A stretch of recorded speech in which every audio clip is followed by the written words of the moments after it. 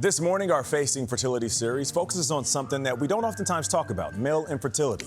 Globally, infertility affects 1 in 6 couples, and male fertility issues contribute to nearly half of couples struggling to conceive. Some reproductive doctors say the stigma and silence surrounding male infertility is making the problem worse. Nikki Batiste sat down with a couple opening up about their struggles. High school sweethearts Esther and Max Hackman wanted to start a family shortly after they got married in 2023. But after 5 months of negative pregnancy tests, Esther saw her doctor, who didn't identify any fertility issues with her. So Esther had a hunch. I was like, can you just take a home test in case? And he was like, why would I need to do that?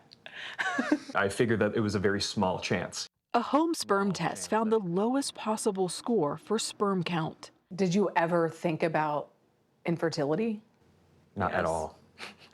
You did, as a woman? Yeah. Yeah, not But on you my didn't side. as a man? Not at all. No, I guess maybe it was just my pride. You know, I would never think that, that would happen to me. Max went to see a doctor who confirmed his count was 100 times lower than normal.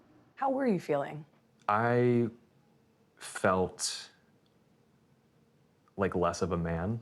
I felt like I was letting Esther down. So in Max's case, it wasn't that he didn't have sperm, it was that they couldn't get out. He had too few and they weren't swimming. His doctor, Dr. Scott Lundy, is a urologist at Cleveland Clinic in Ohio, specializing in male infertility. Society tells us a lot of inaccurate things about fertility, and it also has linked the idea of male infertility with masculinity.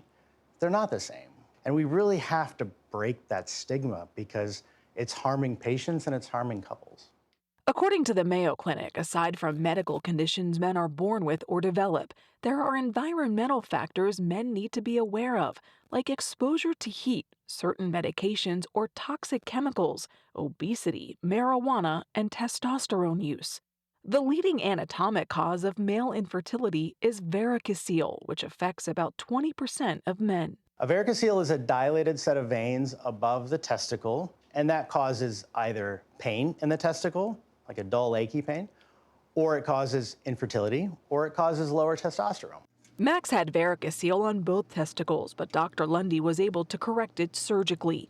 80% of men who have the surgery see a significant improvement in sperm count. It typically takes 3 months post-operation for the sperm to regenerate.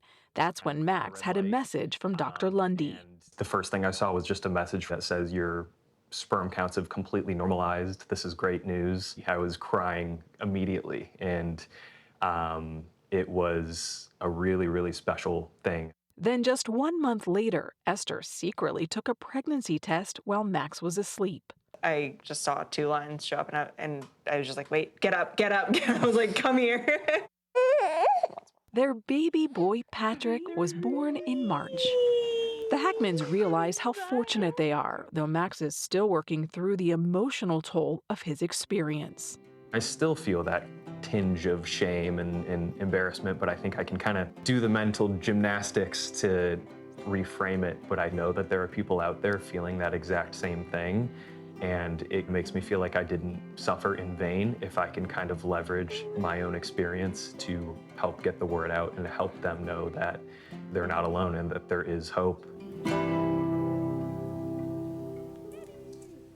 It's a beautiful baby, and shout out to Patrick for going on camera to talk about this, because like we said at the top, it affects, in nearly half the cases, it's the infertility of the man, not the woman, that's causing the trouble. And but it's harder for men to talk about it. And it shouldn't be. Like, your worth as a man is not tied to that particular thing. But that stigma is still there because of the misconceptions and things we've been told growing up. Yeah. But it's good when young men like that speak up.